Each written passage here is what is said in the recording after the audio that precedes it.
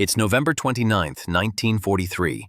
High over northern Germany, the sky is alive with thunder.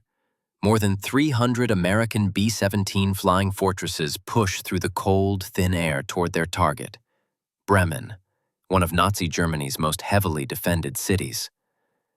In the tail of one bomber, nicknamed Rikki-Tikki-Tavi, sits Eugene "Gene" Moran, a young tail gunner barely out of his teens.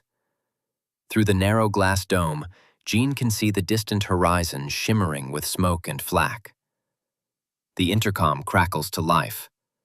"Bandits, 12 o'clock high!" A formation of Messerschmitt Bf-11s streaks straight toward the bombers, launching a volley of heavy 21-centimeter rockets. One missile roars past the cockpit, so close that pilot Lieutenant Linwood Langley feels the shockwave rattle his bones. The sky erupts in chaos. Tracer fire flashes red and white across the clouds. Some bombers burst into flame, others hold formation, refusing to break. Inside Rikki-Tikki-Tavi, the men focus on their jobs. Navigator Jesse Orison calls out headings. Bombardier Donald Curtis waits for the order. Then, finally, "Bombs away!" The plane lurches upward as its deadly load drops toward Bremen below. But their mission isn't over.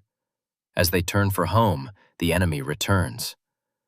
Dozens of Bf-109s and FW-190 Butcherbirds dive in from the sun. Every gun on every fortress opens up at once. "3 o'clock low, 6 o'clock high. I got one!" The air is alive with shrapnel and smoke. Then, without warning, Rikki-Tikki-Tavi begins to fall behind the formation. Gene checks his guns.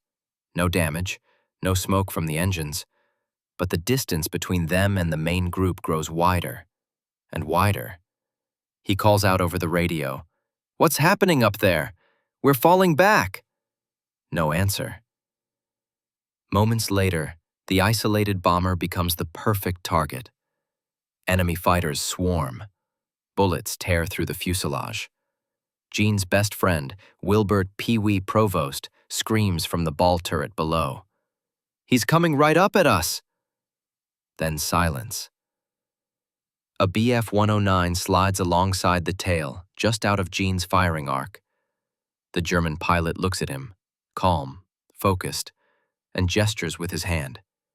He points to Gene, then to the ground. He's offering surrender, a chance to live. For a heartbeat, the air is still. Then another gunner on the fortress fires. The 109 banks away, and mercy vanishes. A new wave of gunfire slams into the tail. Metal screams, glass shatters. Gene's guns jam, and bullets smash into both his arms. But somehow, through pain and shock, he forces one gun to work and fires back until another volley rips through the fuselage, hitting him in the chest. Moments later, Rikki-Tikki-Tavi breaks apart. The tail section spins away into the clouds, Gene still trapped inside. The G-forces pin him down. Blood fills his vision. He can't move, can't scream, can't even think, only hold on. The world turns red and white until the spinning tail slams into a forest below. Somehow, impossibly, Gene lives.